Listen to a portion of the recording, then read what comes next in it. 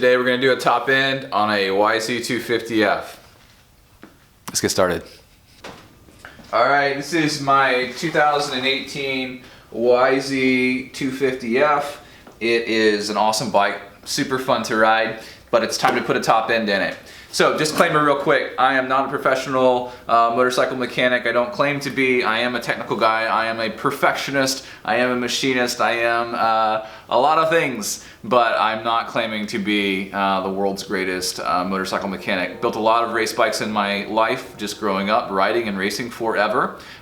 Usually I send my stuff to EBR, love them, they do excellent work, and if I lived in Houston, I would think I would just take everything to them. But for time's sake, I do a little bit of my own work as well. Last summer, I completely rebuilt my YZ450. Split the cases, new crank, main bearings, all that good stuff. New cylinder, piston, all that. So I can do it. It's not my favorite thing in the world to do. This really isn't necessarily a tutorial, but I hope that it can maybe help people if if you're someone who just doesn't have access to a good shop that you can take stuff to, that you trust, or maybe you just can't afford the labor because it is expensive. You're going to pay a little bit to have someone rebuild a 4-stroke for you, put a top end in a 4-stroke. So if you've got a bike and you got the tools and you want to take a stab at it, this video is for you. So enough fluff, enough stuff, let's jump into it. Okay, first things first, got the bike, got it pretty well cleaned off. Let's talk about tools. Impact, going to be hugely helpful in tearing this thing down. Got my 3/8 and 1/4 inch socket sets and some Torx drivers. You got to get those for taking the boot off the carburetor. And then also just got some basic tools laid out here. It's common stuff I know I'm going to use. I'll get out the torque wrenches here in a minute. I've got a space cleared on my bench. Be able to put my parts on as I tear things off. I've got my new parts over there, I won't show you that, but I also got a bin over here where I can start dropping plastics in the exhaust pipe and all of that good stuff. Got a container and a funnel so that I can drop my antifreeze and not make a huge mess. So, without further ado, that's the rundown. Let's jump in. Get my impact driver, grab my 10mm socket, and I'm gonna start taking off seat, all that good stuff. Put my seat bolts back if I can. Keep stuff where they go. 120-pound German Shepherd. She likes to make a mess of things sometimes. Like I said, I like to put my hardware back, if I can, where it goes, so that I don't have to think about it later. Drives me crazy. I learned this little tip when I was a kid working at my grandpa's small engine repair shop and hanging out there as a kid. If you take 2 cans of carb cleaner or brake cleaner and you hook them up like this, this can's a brand new can, so it's going to be high pressure. This one's basically empty, but it's still got fluid in it, but it has no aerosol left.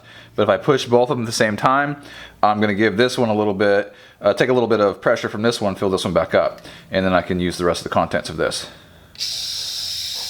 Da-da-da. And then if you want, go upside down so you're not putting content from this one other than aerosol. Alright, now this one should be back in business. Look at that. Alright, so got it basically cleaned off. Here, it should get cut down out of the way. Like that. And then once that's down like that, take these pliers and push both of them on the sides over here. Be able to quite disconnect this thing. Like that. And then take the electronics. There we go. This is pretty self-explanatory. Can only go one way. Don't worry about it. Same thing with this. Now I am going to take the rest of this off so it's out of the way. So, I don't know if you can see this right here. Yeah, you can see that. I'm going to disconnect this little guy here. And it's just got this quick disconnect. Sometimes, as you saw, can be less than quick. But I don't have to worry too much about where this goes.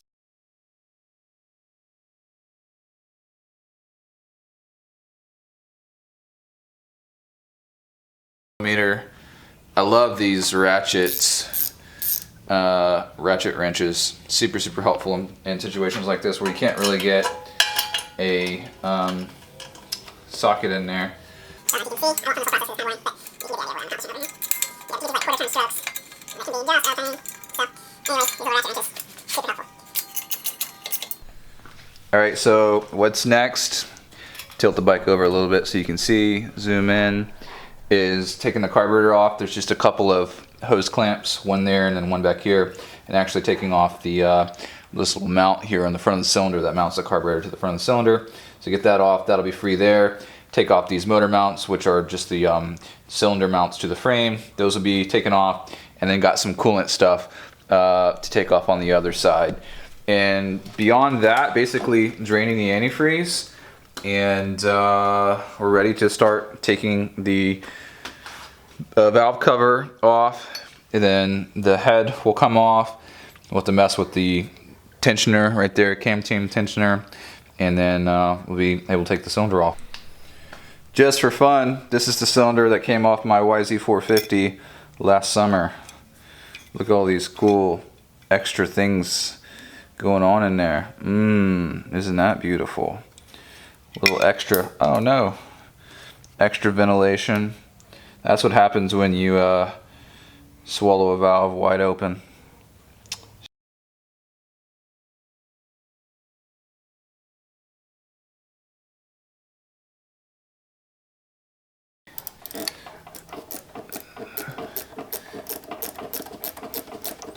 So this is the only bolt left on this boot that mounts the carburetor to the head. What should I do? Yeah, someone out there in the real world's probably like, dude, here's the easy way to do it.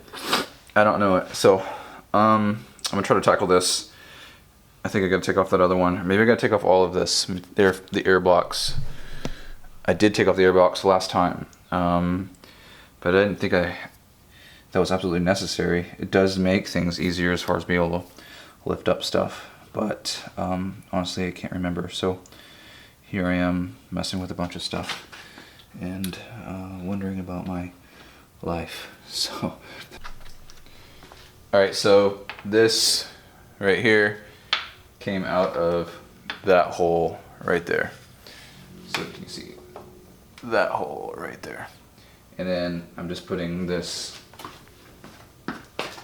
bolt back in where it came from. So I'm ready to take these this bracket off, and I take a marker and I like to mark that this is the left and this is the right.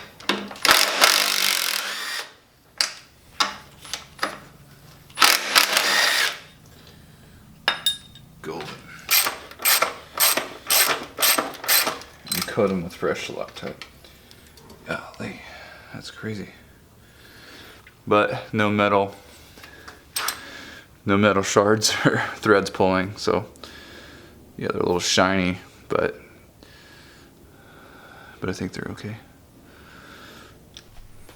Alright, so I'm coming back and taking these out because they do hold the valve cover on. So these two bolts that hold the spark plug cap in place, I believe also are the only things holding the valve cover on some of the piece. Over here, there we go. I'm ready to deal with that now, and I think this just pops off. Yeah. And comes out like that. Now the gasket. As you can see, it's wanting to stay with half of the cover, half with the cylinder. So I'm trying to figure out which one I really want to come off of. So I'll do that. Let me show you. I know that these are two of the bolts the long bolts that are going to be holding on the cylinder and the head.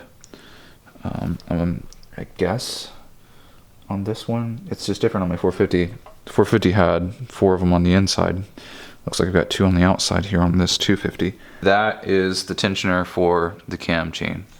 So I'm going to back that out, take that off, all that good stuff. So like I said, this is less of a tutorial and more of an experience with me, but I'll get you there eventually, I promise. And maybe I'll edit some of this out and it looks like, man, this guy just knows what he's doing, he figured it all out, boom, boom, boom. This is a minute and a half. You can do this in 15 minutes if you're good. and lie to you. We'll see what we do. Now what I'm gonna do next is I'm gonna take off the cam chain tensioner, and you can't really see super well in there right now because the camera angle is really set up so you can see this, but the cam chain's right here and it will loosen up, and I want to do that before I take the cam, I can't remember what they're called, the holders that hold the cam shafts in place. I did take those off, but I don't want to loosen those up while the cam chain is still under tension. So I'm going to take these off, and what I'll do is I'll take actually a 10 and back that off, and then there's like a, I believe a flathead screw in there that allows you to release the tension on it. So just break that loose with a 10mm. Go in there. I think it's a flathead. It's been a minute. Yeah. So if you go all the way to the right, like you're tightening it,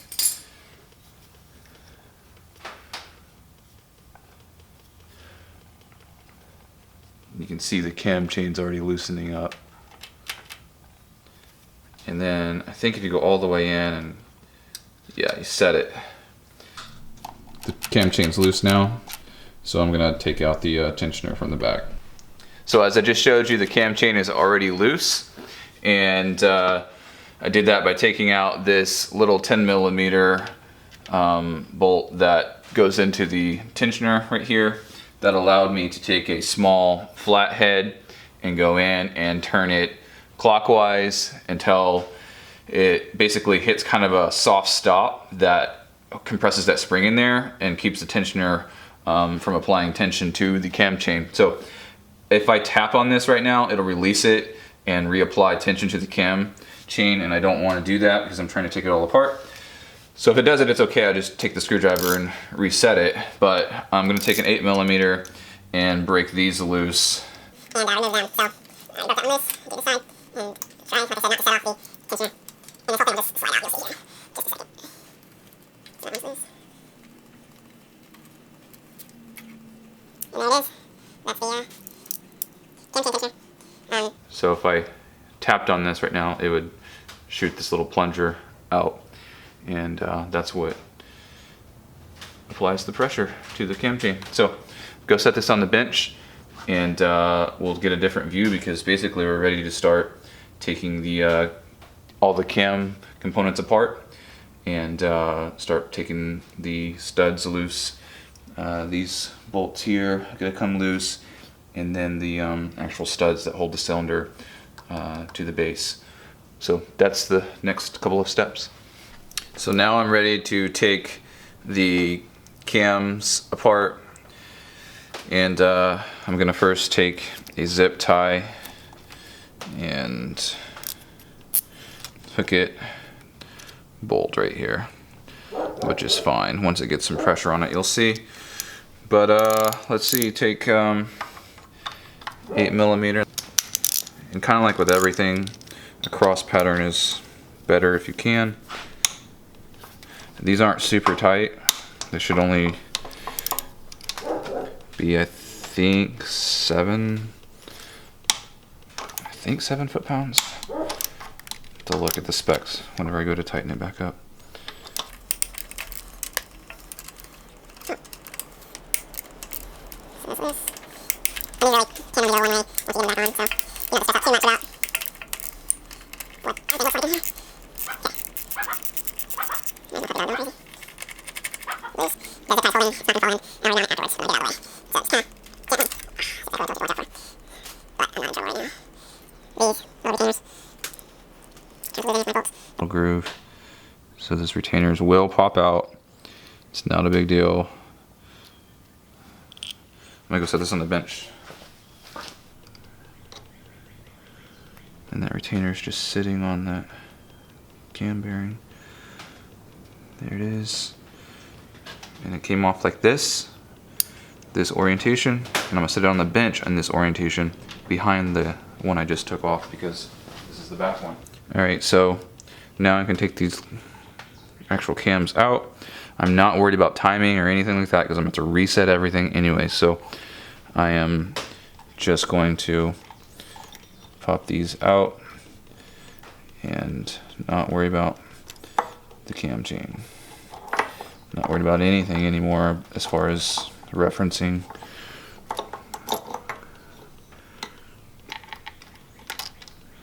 Teeth or any of that stuff.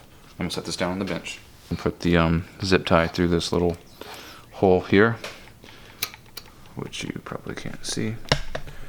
This little hole right here. Try not to drop my camera. Through the hole to the gas tank. Alright, back to the action here. So now, cam chain's free. Pull out this cam and lobe and all that good stuff. Pull it out. There she is, she's free. There's two studs right here.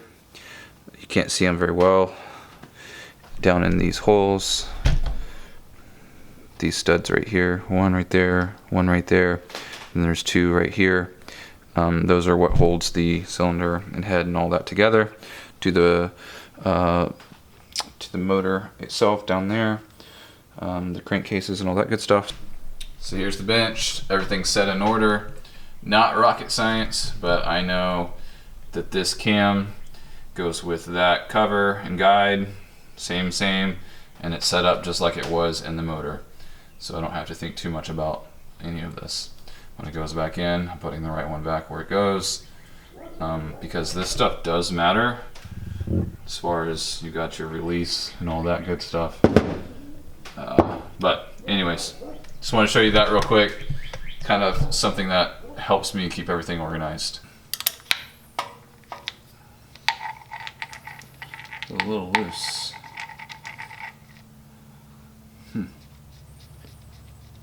There's two studs in the head. The 450 doesn't have those studs in the head that I can remember anyways.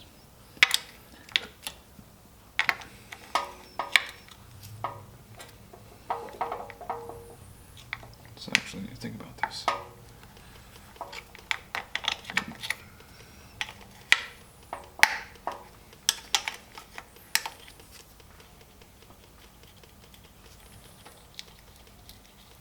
Alright, time to take these studs out.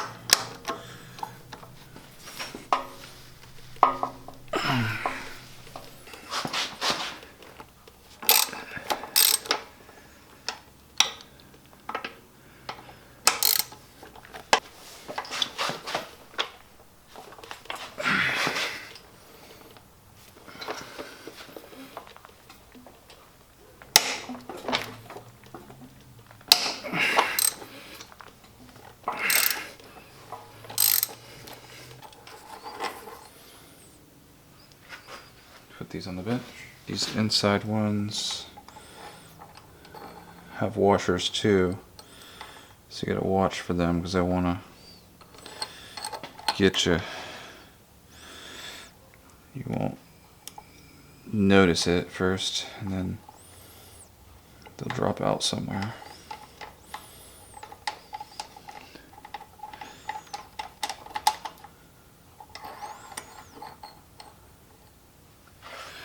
Put these on the bench. Oh, it's too big.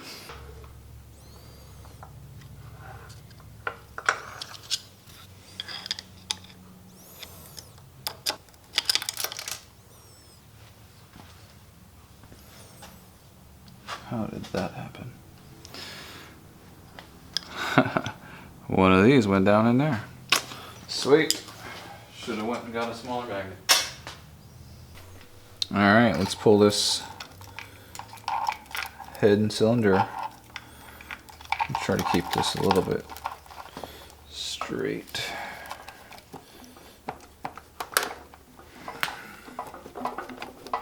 Yeah, definitely should have taken that airbox off. This is way more work than it should be right now. I'm gonna call it right here and take the airbox off. I think I could force it, but I've definitely got some interference here that I don't think is a good idea to fight. So, pull an airbox. Alright, finally got this airbox out the way, and pulled the whole thing out, cylinder and head. Been lucky so far. Man, I hate this stuff. This does not want to let go. And you don't really want to put like a lot of heat on it, a lot of pressure on it, because all these little electronics are just can't take a lot. Golly. I'm about to get the shop vac over here in a second. I hate working on dirty bikes.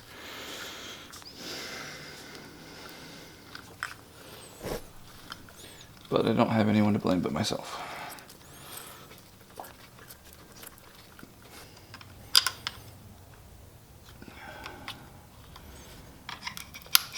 There we go.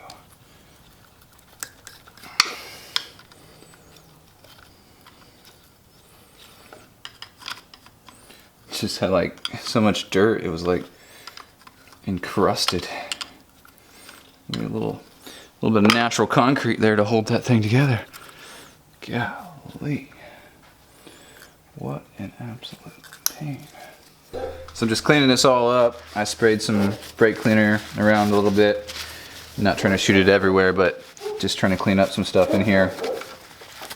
This is a really frustrating process for me because what could have saved, would have taken me like literally 2 minutes to disconnect the airbox and these couple of lines caused me to get hung up with my cylinder when I was taking it out, and I just should have known better, but I don't do this ever. And so I can't remember what is absolutely essential and what I can get away with. So, but you know what I'll remember next time? Is you have to take the airbox off. So, alright, just taking stuff out down here. Not too worried about the cam chain. We're going to replace that. Got a new gasket. Going to replace that. See a little drop of antifreeze that got down in there. So I'm just going to. That arrow points to the back. It's reverse on the old two-stroke days where you'd want the arrow pointing towards the front because that was the exhaust side. Alright, time to take this piston out. So before we do, we'll put some rags around the piston. There we go. Yep. Tried to blow my eyeball out, but success. My favorite part about this is you only have to take one side out, because now we can push that wrist pin this way.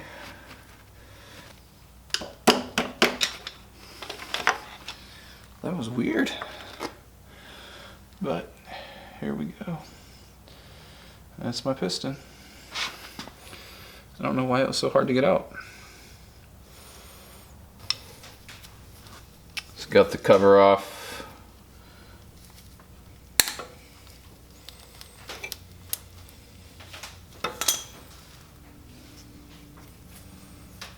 And hey, look. A washer that fell down in there earlier from the cylinder studs. Haha. So if you're not planning to change your timing chain, make sure that this doesn't fall off, because otherwise you'll have to take this cover off just to get this guy out. Yay. Alright, so remove the gear shifter and then undo the bolts on the flywheel cover, and now we're ready to take the actual flywheel off. And gotta be a little bit careful here because it might want to spin on you, and you don't obviously want the piston going up and down and there it's just rattling around. Now it's just a rod because I took the piston out, but I don't want the rod flopping around, and I've got this stuff disconnected, so I don't really want this rotating. So I'm gonna try to hold it just with the rag, and hopefully with the impact I can just get it off without too much trouble. We'll see.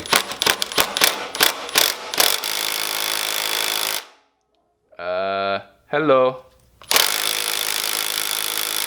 Ooh. Is there a better thing to grab on?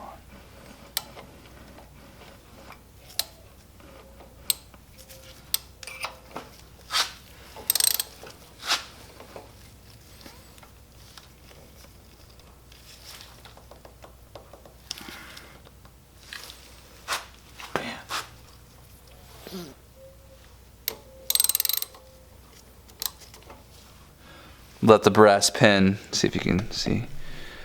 Let the brass pen rest on, and here there's actually a another kind of bolt in there that I'm gonna rest that on. That makes me feel a lot better about the situation. Yes, way better.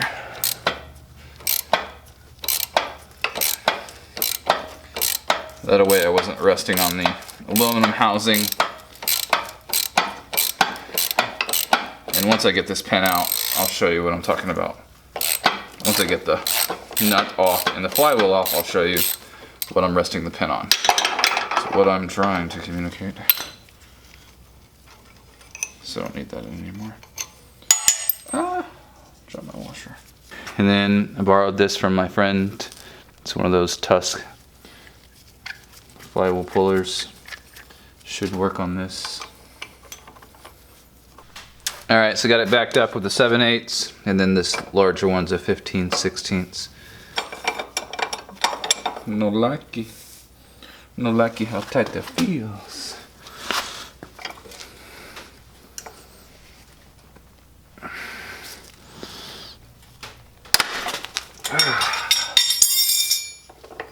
Whew.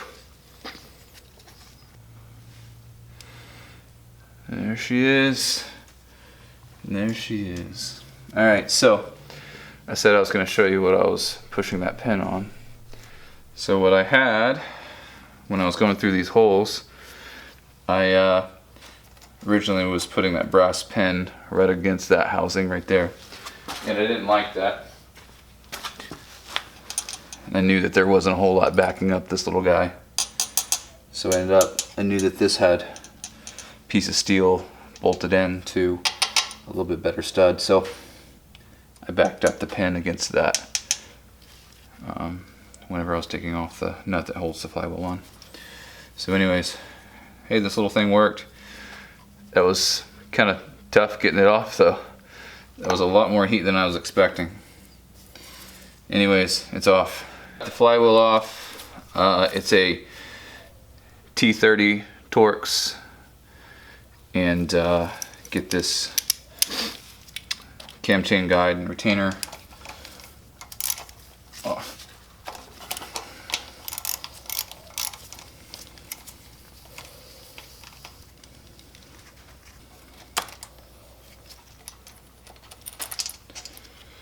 And then we can just pull the cam chain out of there. Alright, got some fresh gloves on. Let me zoom this out a little bit. Got me a hot cam. The tip is to lightly coat chain with appropriate engine oil to ensure chain is lubricated before installation. Hey, that's a good idea. You know what I'm gonna do? I'm gonna put a little bit of oil in this bag. Ta-da-ta-da!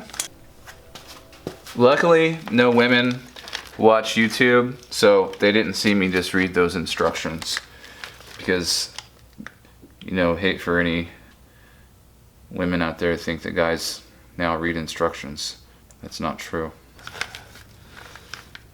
Now, let's see. Looking pretty good, looking pretty good. Now let's try to reinstall this bad boy. And I will look at the teeth. No teeth are missing off the crankshaft gears there. Crankshaft gear, I say, singular. Alright. And then we will just drape that back over. And then put this bad boy back in place.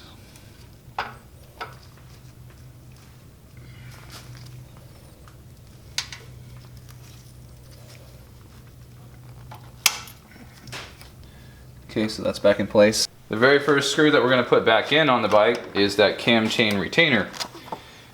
And that's gonna call for torque wrenches. So grabbing my inch-pound Newton meter. If you don't know, there's inches on one side and Newton meters on the other side. So you've got two scales with a torque wrench like this. Inches are on the top, Newton meter is reading on the micrometer scale on the bottom. So I'm setting this one to right at 10 Newton meters. So on mine here on this little Tektron, it's got a release like that. So I'm going to release it and go to 0 on that bottom scale, and it's right at 10.1 on that top scale. So I know that that's at 10 Newton meters, which is what I need for my first bolt. All right, let's go do it. All right, got my dot of Loctite on my screw, and we are ready to go with the torque wrench setup. So try not to pick up a bunch of oil on the threads as I enter.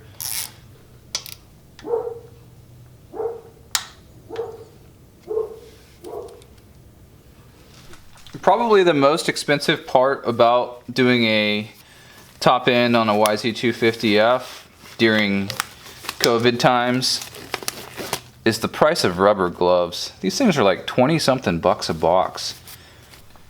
All right, so got the flywheel cleaned off and ready to go back on. Just gonna put a little bit of oil back on the crankshaft here,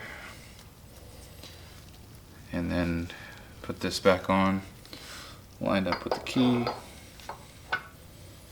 Everything should be good. Clean them off a little bit.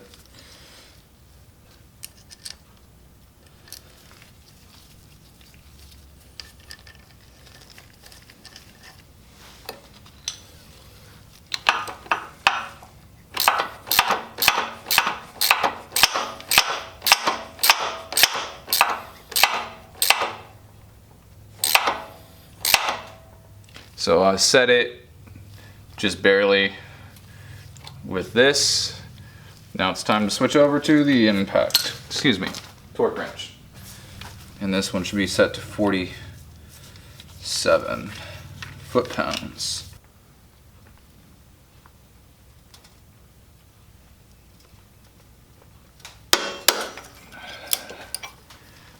There we go.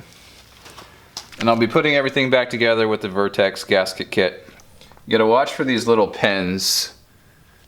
These small little pins, these little dowels.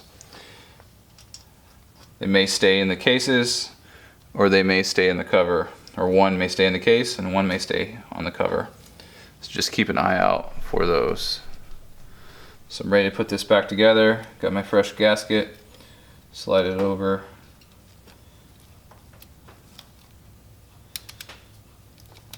But if you can hold it back and line it up before it gets so close that it starts to draw itself in, you're better off. And then try to let it go on evenly.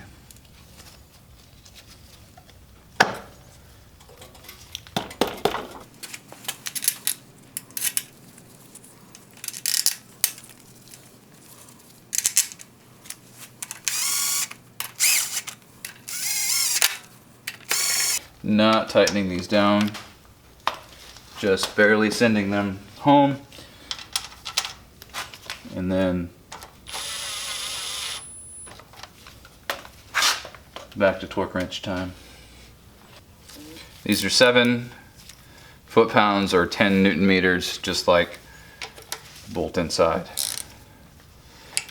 But just gonna cinch it up cross pattern, and then we'll snug it down to the final torque.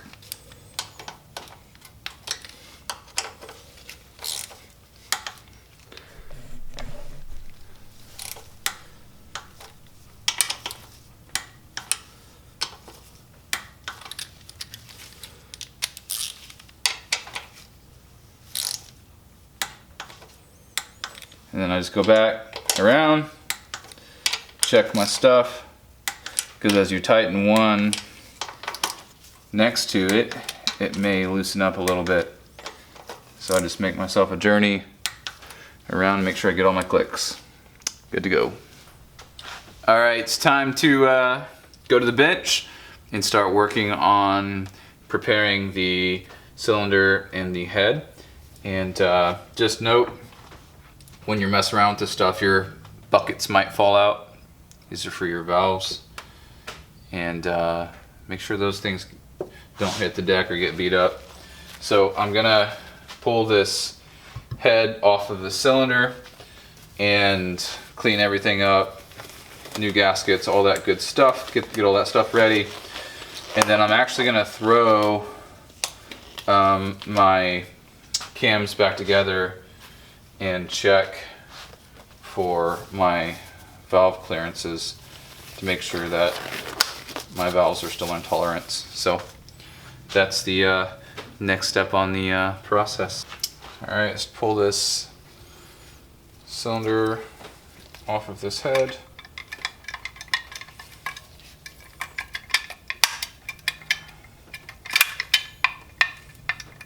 Gaskets don't want to let go. And there's our cylinder. Here's our head. Little gasket, trash. And just like I said on those, your little dowels, you gotta watch for those. See, on the cylinder, it looks like I'm missing one, so hopefully if I go over to the cases, I find that one stuck in the cases still. These are still good. Those look great because they mate into the cylinder side.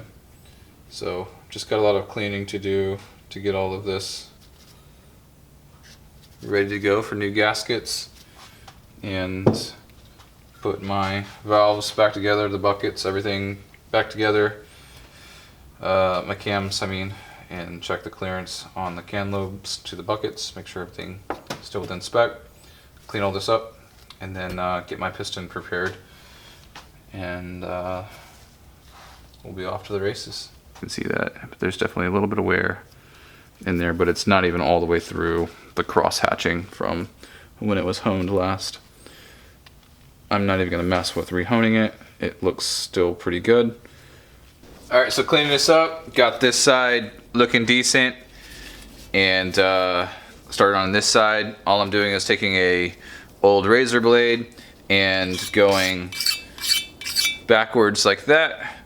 You do not want to really go forward much because you'll dig into your material. So just like a card scraper when you're doing woodworking, it's the same kind of concept. Angling it away and keeping it level, light. Don't want it to dig in.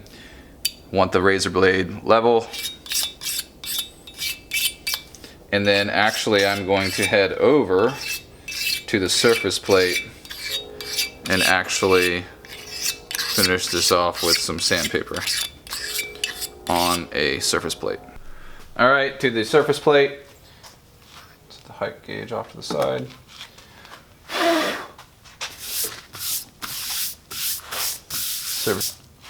Got a 600 grit piece of sandpaper. Take the cylinder and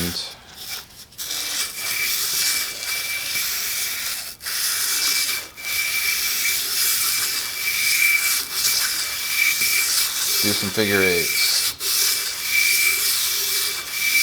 I'm not applying any pressure, I'm just letting the weight of the cylinder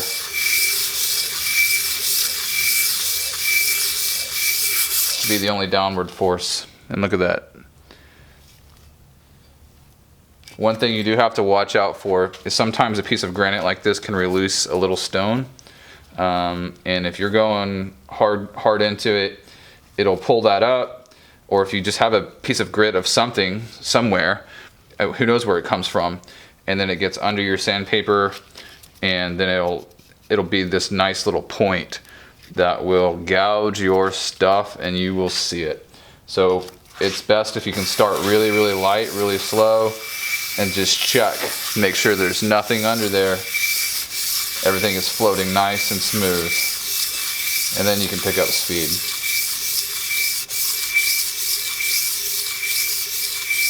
Still no pressure. No pressure greater than what the weight of the cylinder is. And look at that. That's beautiful. Back over to the workbench. So got everything cleaned up. Starting to put stuff back together. And just a note, I put some engine oil back on, so these buckets are lubed up as I was installing them. They should be free, they should move, everything should be good there. You don't want these seized up. If they're seized up, it's a problem. So as you're cleaning everything, you're going to be using a degreaser or brake cleaner or whatever to clean everything, which is fine, but you're stripping all your oils away. And so it's good to go back and make sure that everything gets a little coat of engine oil as you're assembling it. That way, not even for a second do you have any dry running. So I'm gonna clean the rest of the cam components and make sure they're all cleaned as well, but as I assemble them, they're all gonna get a light coat of engine oil, clean, fresh, new engine oil. So everything is nice and lubed up, ready to go. First time the engine kicks over, all things are lubed. So that's just a good important point to note. Just putting the cams in, and I'm gonna check the valve clearance. I already started to do this, but you can see it's not that complicated. I had everything the way it came out, so it's going back in the same way. Remember these little retainers, gotta mind them, so I got them sitting in there.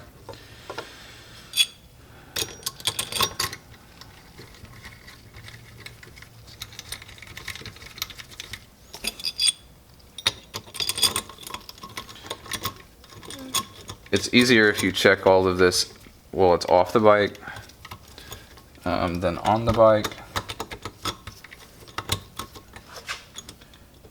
Torque spec, which on these is also the 7 foot-pounds, and aiming for around 5 thou. Clearance is pretty good for both of them actually, but look up your reference. You'll see a range for the intake and the exhaust.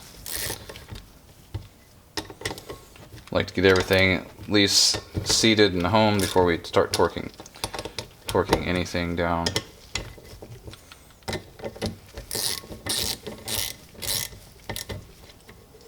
Everything should stay. See, that's bound up. So got something not happy already. Okay, so this thing was way too tight, and I knew that something wasn't quite right with it. And not even tightening these down, but just applying pressure here, as you could see, it was in a bind. Like it was really hard, much less when I started to torque this down. And so I didn't want to force it. I tried getting a 2.5 thou feeler gauge under there, and it obviously wasn't working. It was already interacting with the bucket. And so I flipped it over, and what did I see? I saw that one of the exhaust valves was open slightly. So that told me, just sitting in here without anything torqued down, it was already hitting so much that something was going wrong in there. So let me pop this back off and kind of show you what I found. That actually took me about probably 20 minutes to figure out, because I'm not a 4-stroke guy. But if I take this bucket off, you'll see the shim in there, and what had happened is when this bucket had fallen out, and I don't want to mar this up, so I'm trying to like very gently get this out.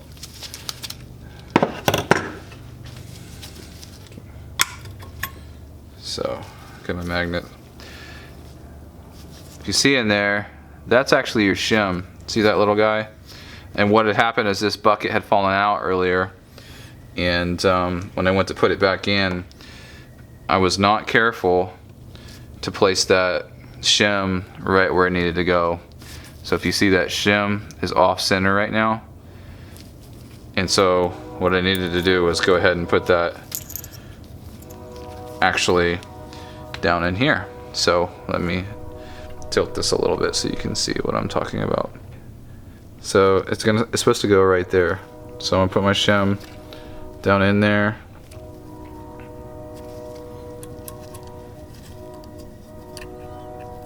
Now that's where it needs to go.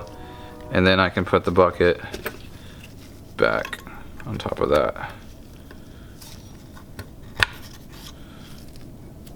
So now I know that that's all the way that it's supposed to be. My hands are covered in oil and I'm touching my camera, but oh well. But I figured that out. And now that looks good.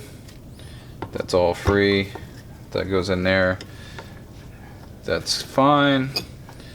Put my retainer clip back in.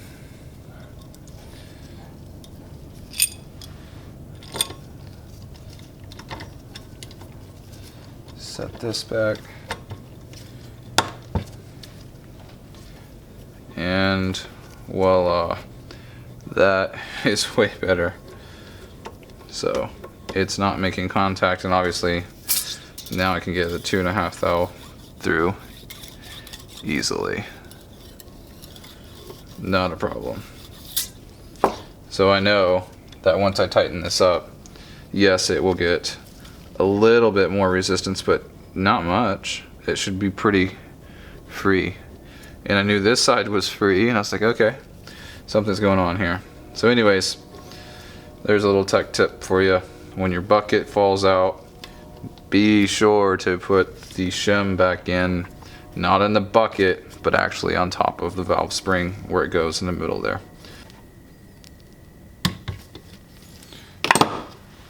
Yay!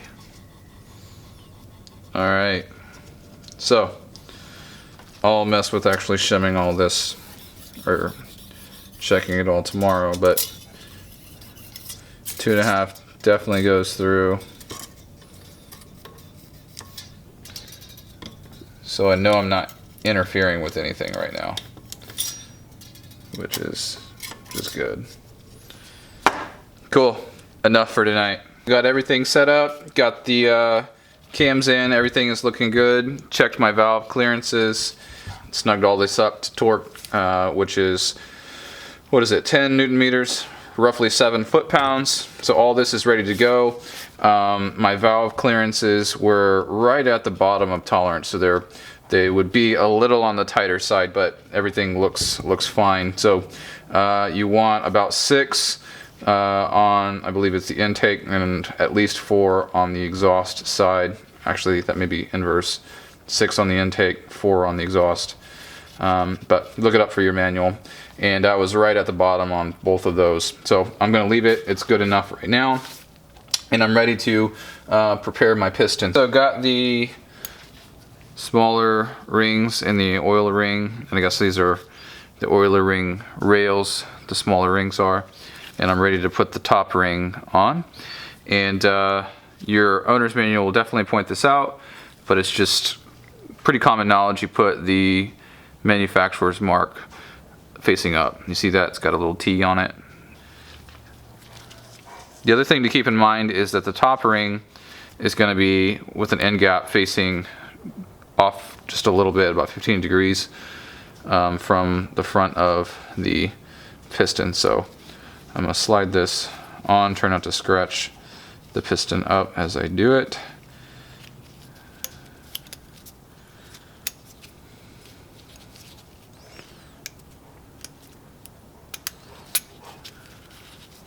Okay, so that's fine. And then you want to check the end gaps and stuff too, but I'm not going to get into that.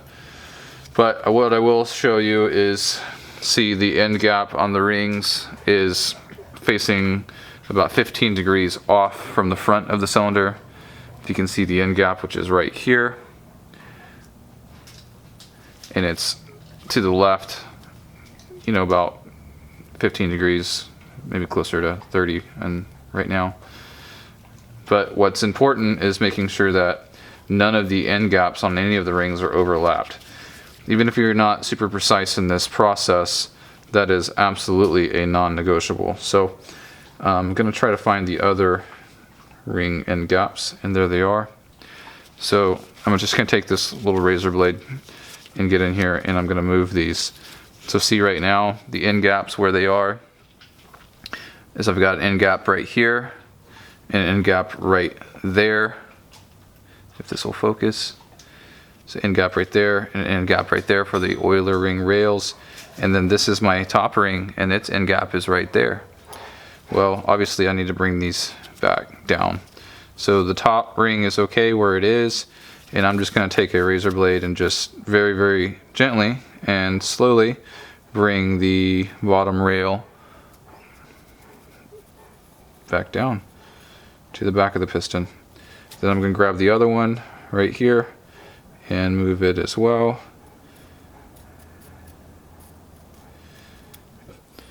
So to recap, the end gap of my bottom oiler ring rail is right there. The top one is over here. So those are looking good. And then also my top ring is over here, and its end gap is near the front, about 15 degrees off. So that's what we're looking at right now. And that's a lot of fun to hold all together while you try to slide the cylinder over. Alright, so we're basically ready to put this on the bike. Time to put in the circlip on one side of the piston, then we'll put it in the bike. Throw in the wrist pin, throw the other side circlip in.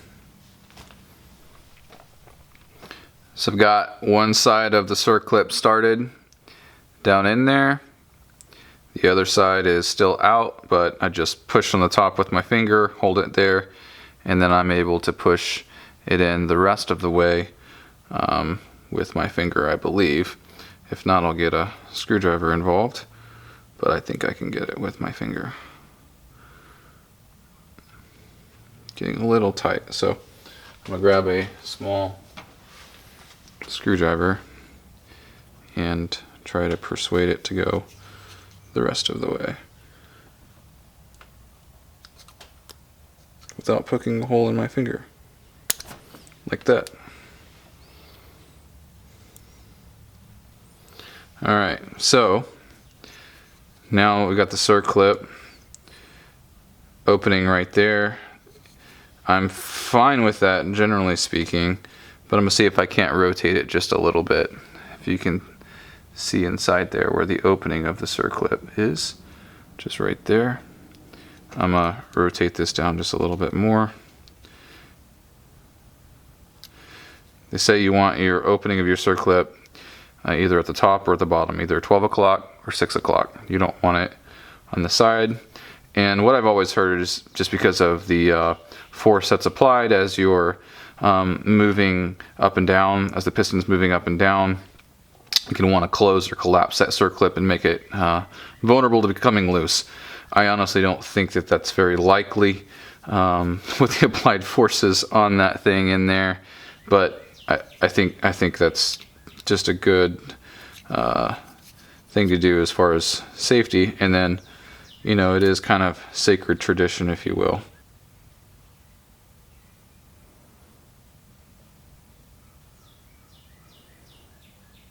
So I've got the brand new wrist pin, just took it out of the plastic, and I'm going to put a little bit of oil, and then I'll push it in from this side once I get it over there, and then put the other circlip in. So this is ready to go on the bike. So alright, ready to put the piston in, and I'm just checking to make sure that my ring end gaps are all still looking good. Nothing is overlapping, and approximately in the right location still. Front ring gaps up there. All that looks good. Ready to put this thing on the motorcycle.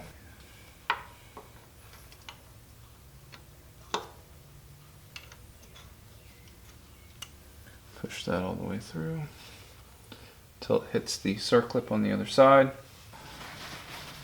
Put some rags around everywhere I can.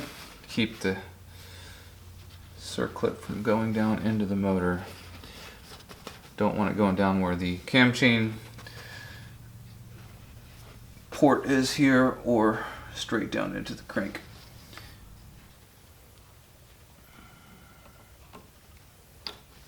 Okay, that worked. So what I did was I was able to get the needle nose in this little pocket right here and push the ring, the circlip down in. Now it's not all the way seated, so I'm going to seat it with the rest of the way with the screwdriver. And hear it click, should hear it click. It's kind of in that precarious under tension, not sent home all the way position, you know? But now it is. Alright, it's in the groove, seated all the way around. I like its orientation. Its opening's basically at 6 o'clock, so that looks good. Alright, time to start to put the cylinder on. Good times.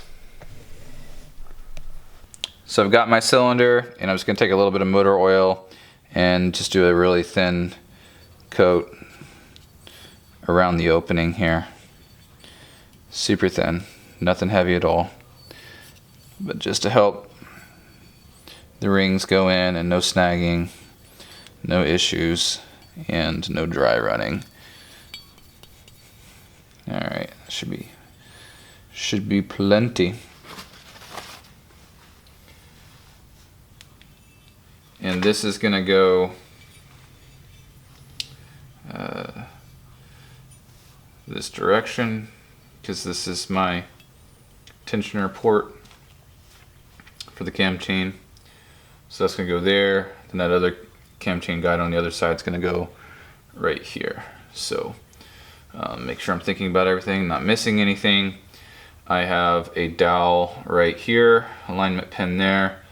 There's one right there, which is correct because that's got a counter bore in it. So that's where that goes. Piston rings all still look good. Not missing anything else I know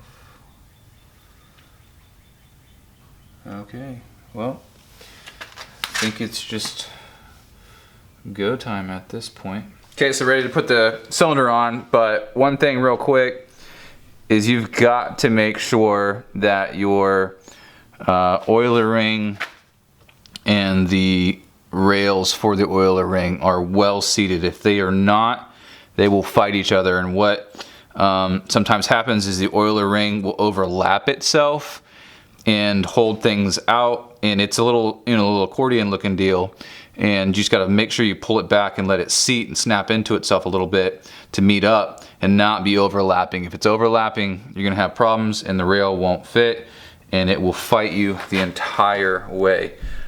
So anyways, here we go. Let's grab the cylinder and start this process. It's got the orientation of the cylinder right, tensioner to the back, tensioner port to the back. I'm gonna feed the cam chain up through here, and then I'm actually going to, let me zoom out a little bit.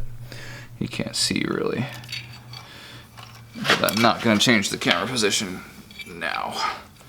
All right, so I'm gonna pull the cam chain through, and then I got a zip tie, and I'm just gonna run the zip tie actually through the gas tank mount hole, and that will hold my cam chain up there. Then I can push the cam chain guide on the back here into its home. Now grab the piston, squeeze the rings, and let's see here, baby. Let's go. It's hard to tell what I got here. What am I hitting on?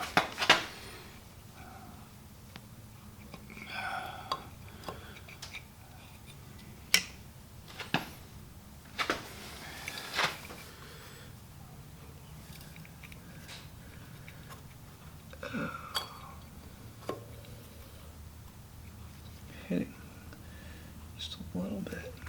Not sure where. You don't have a ton of room to work and you can't really see to make sure everything's going perfectly straight on. Alright, this is where I'm nervous.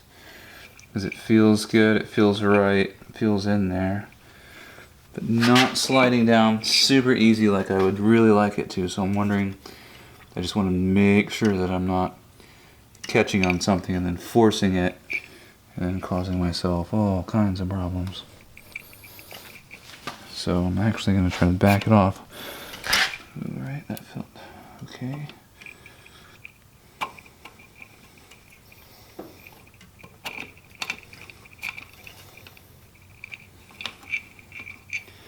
It's always like such a challenge. Two strokes so easy, everything's clear and clean. It's like, am I getting resistance from this valve chain, cam chain guide? And is it pushing and holding me up? Is there something, I notice there's like just a million different little things that you just, makes you second guess what you got. Alright. So I think everything is going well. Gaskets lined up. Get those dowel pins lined up. And take it easy. No need to injure anything in this process. Keeping everything working level. Hey. I think we've got a cylinder on the dirt bike. Gonna go ahead and throw in the other cam chain guide. I want to say valve guide, and it's not a valve guide. Let me remember how this goes. Like this. Get the valve. I keep saying that. Cam chain out the way. Alright, so that should be clear. That rests in there like that. Pretty self-explanatory, can't really go the wrong way because the long side goes down, short side's up, and what looks like a track will be facing the cam chain that it's meant to guide. But you do have to make sure that stuff is clear down here and it's not bound up. But this rests in the top of the cylinder pretty well, so it's not like a major thing. So the manual didn't really say what order to take this out or to put it in. So there's just one little bolt over here. I just put it in. I did not tighten it because I don't want to suck the cylinder down unevenly. I don't want to apply a bunch of force on this side and not have the same amount of force applied on the other side. And so I'm just going to wait and tighten it all up evenly when I put the head on. So just going ahead and throwing the gasket in now. So I think I gotta lay it down. Put this back in my handy dandy little holder here, and then get that baby over this. And the letters go to the back, so you can see this looks like ISM on the back here. Those go towards the back. All that looks good. Now we're ready to slide the head in. Everything looks decent.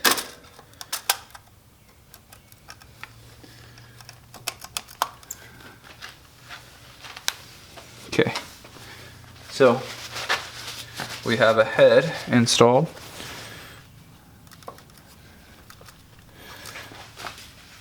Got alignment, gaskets in place, looking good. All right, so now, as I said, this is a problem. So I'm gonna put that through there so it doesn't fall out, so that the cam chain doesn't fall down in there. So you can see I just hooked the zip tie to the airbox mount bolt right here, and that just holds it, keep it from falling down in there. So I need to take these out, and I don't know why I didn't remember that.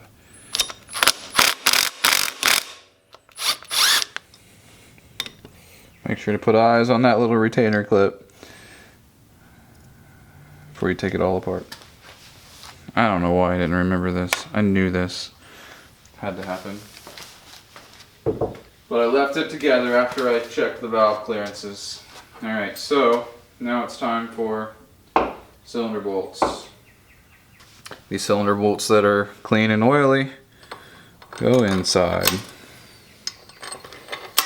A little more loved go outside. Alright. So these are 12 millimeters. Just gonna snug them down super gently and evenly in a cross pattern. Looking again to make sure I'm not missing anything, nothing catastrophic about to happen. Because now is when we get into some serious torque on these. And I have to look up the torque spec. But you tighten it, go to torque, and then you go, I can't remember if it was 30 or 60 degrees past where you finish with the torque. So all of my studs had a good bit of grease on the threads. I saw when I put them in, so everything looked good still as far as that. If you don't have grease on your cylinder bolts, grease up those threads because you're gonna not want those to seize up on you. On the 450, you put the heat on it. It looked in the manual on the 250F, it only said to go to 24 foot-pounds. So that's kind of interesting to me. But anyways, 24 foot-pounds. Lock it in, and then we'll go to town on it. Tightening it in a series of a couple steps to make sure everything is pulling down evenly.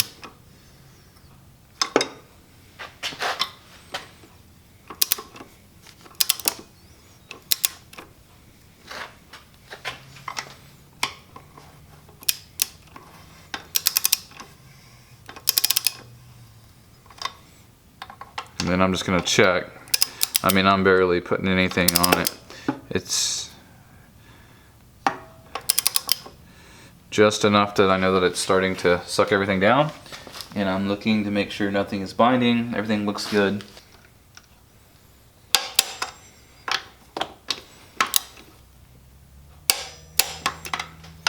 And then I like to recheck, because as you cinch, other things can move. See, I got a little bit more on that one. Well, that's that for that. And there's two studs over here that need 10 Newton meters or 7.2 foot-pounds. So I'll put those on, and then I'm going to tighten up this other bolt as well. So I'm going to hit this little guy first.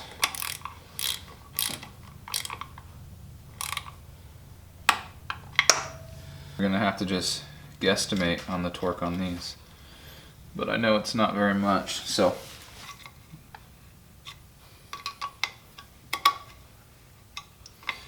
the manual says 10 Newton meters or about 7 foot-pounds. So that's not very much.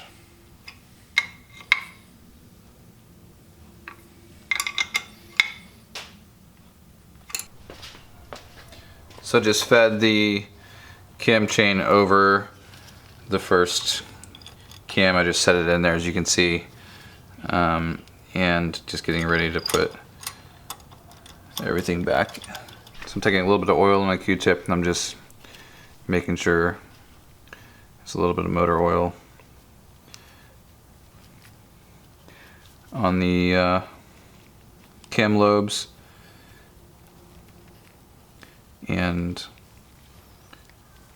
on the camshaft where it's going to sit and rotate. I've got to pay attention to these markings right here. So there's a single dot, I don't know if you can see that, single, and then two right there.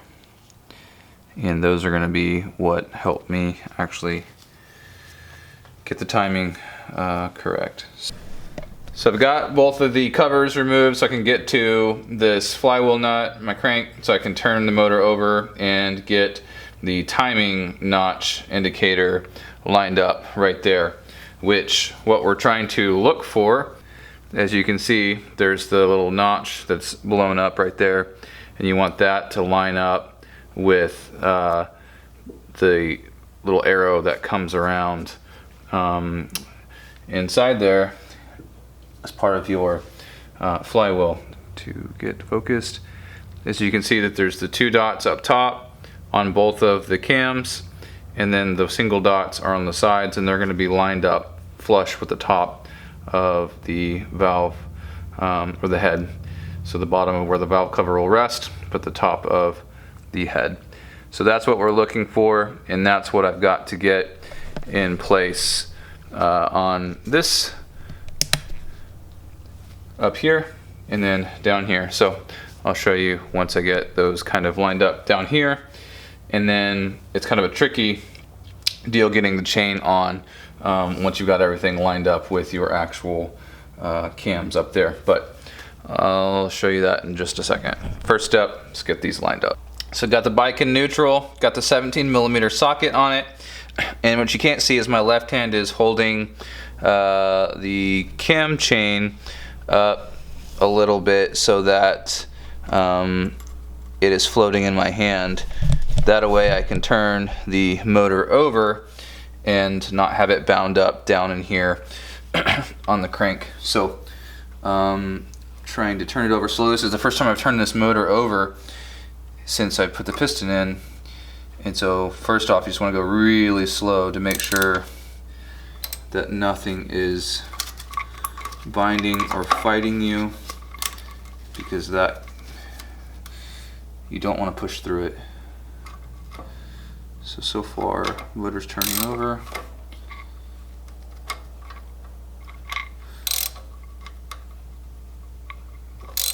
I know that my motor is turning over, no problems. That's good. Let's see. All right, so timing notch. I don't know if you can see that mark. I'll go back just a little bit so you can see it moving. See that mark? It's that little white mark. That is top dead center, and it's gonna rest. It's not gonna like be perfectly lined up, but you can see where the motor wants to rest. See that? It snaps back into position.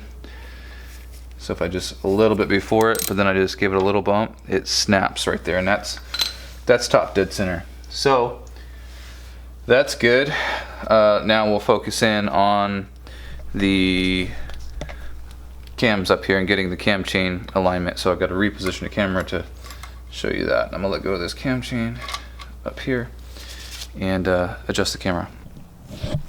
All right, so now I'm just gonna take the cam chain and get it basically off of the cam to let it be loose so that I can move it and position it so where the dots are in the right spot.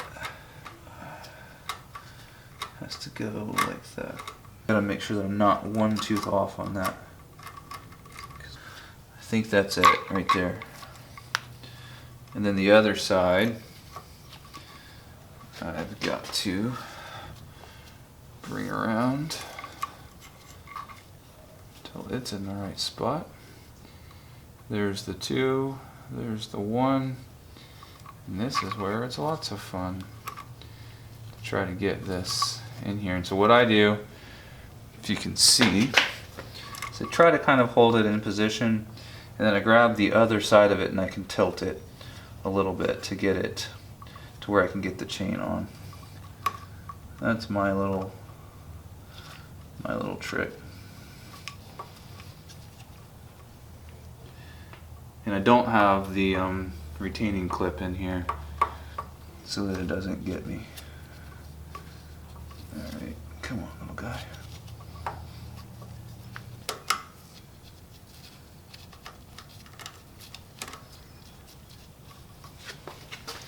So when I look at that, that looks right. I don't know if you can see that very well, but that looks right. So I've got the 1 right here, the 2 that are up there, the 1 flush there, and the 2 are up there.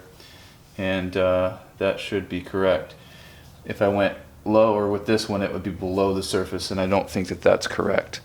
That looks pretty good right there. And I'm at top dead center on the bottom. So with that said, that looks good. All I did was I snapped the set it back down in the head. So I think that's all looking really good. All of it's lined up. Everything looks good. So now I'm gonna put my I forgot what they're called, but the caps on to hold the cams in place.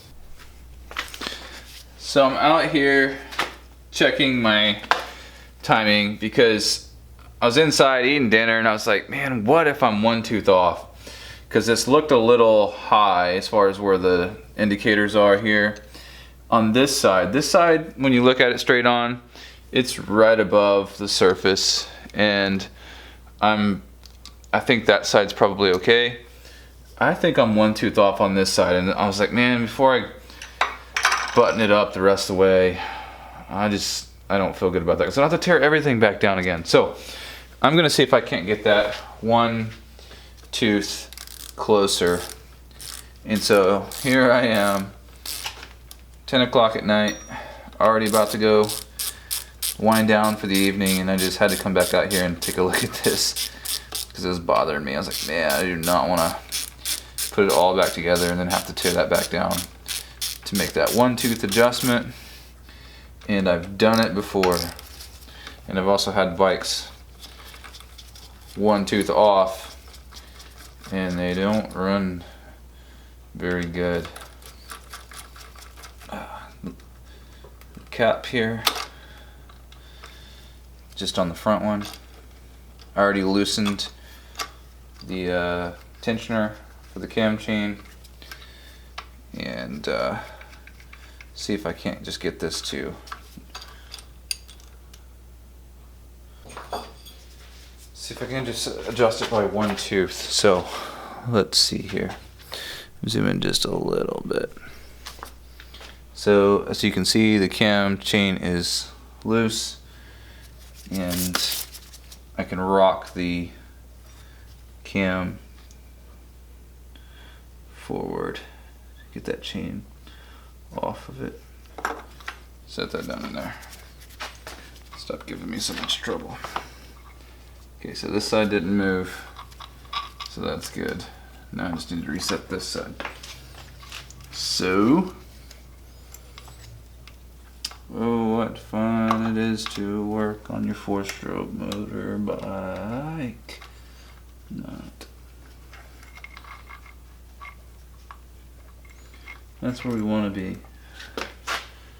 Right there. If we can end there, that'd be sweet.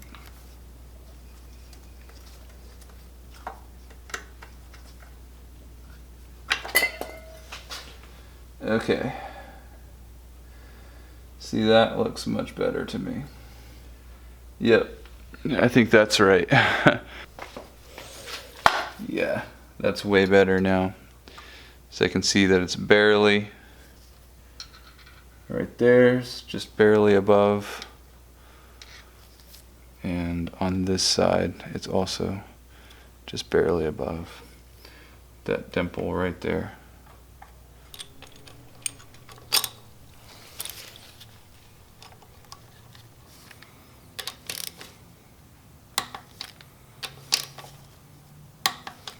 Before we put the valve cover back on, it's very important to actually put the cam chain tensioner back in, because you don't want any false confidence that you can turn this motor over without tightening up that cam chain. Because if you do, it's absolutely going to skip teeth on you and your timing is going to be all jacked up. So, simple but very important step, which is putting the cam chain tensioner back in. And helpful, it has a little thing that says up, so that's good. It's already locked and loaded, compressed. I'm going to push it in, start my bolts, and then I'll get a screwdriver and release the tensioner.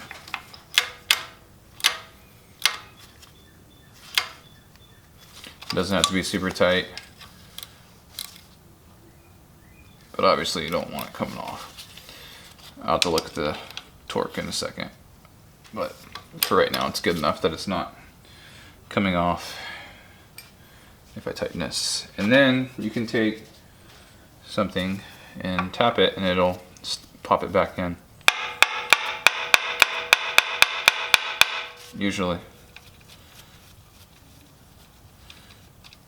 It's not wanting to do that, so we'll take the screwdriver to it. There we go.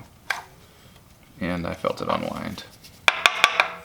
And when I push down on my cam chain up top, I can feel that it's got some tension on it. The cams do not want to turn as easily as they were before because there was a little bit of slack in the chain. So it's all tightened up enough now that I'm confident that it's applying pressure. Put this bolt back. Get my 10mm and tighten all that up, and I'll torque this. Alright, so got new gaskets.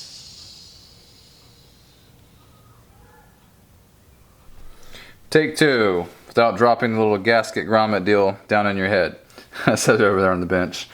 So I'm putting the valve cover gasket on.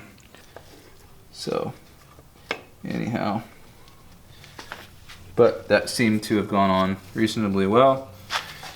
A couple of persuasive presses here and there, and I think we'll be in business.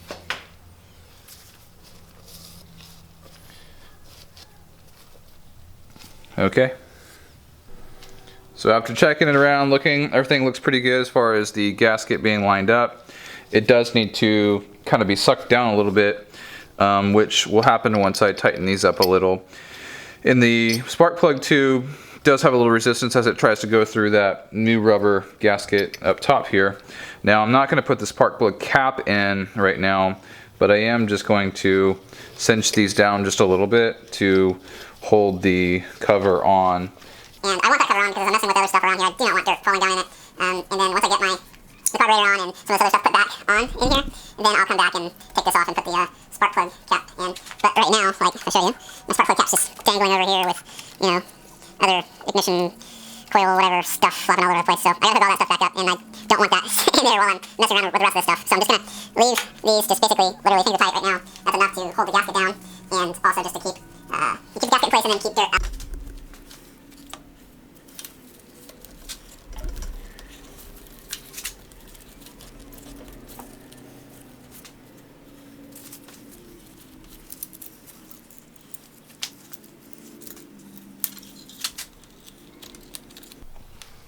Got the carburetor hooked up.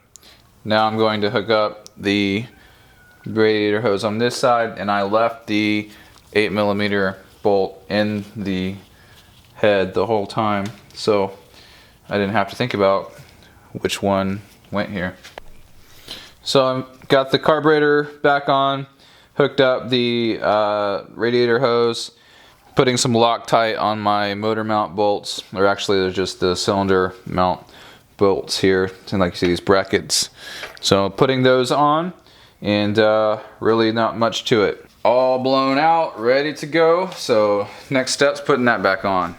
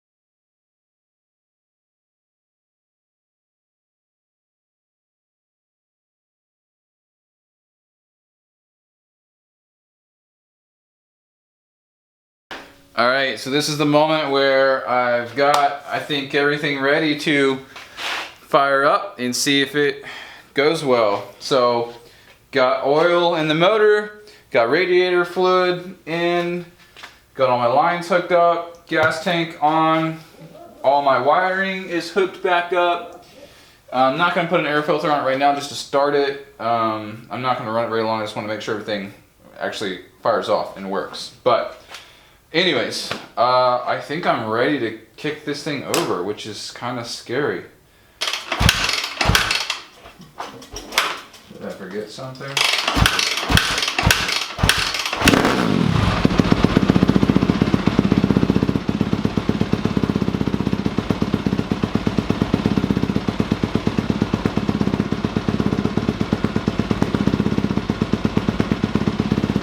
Woo!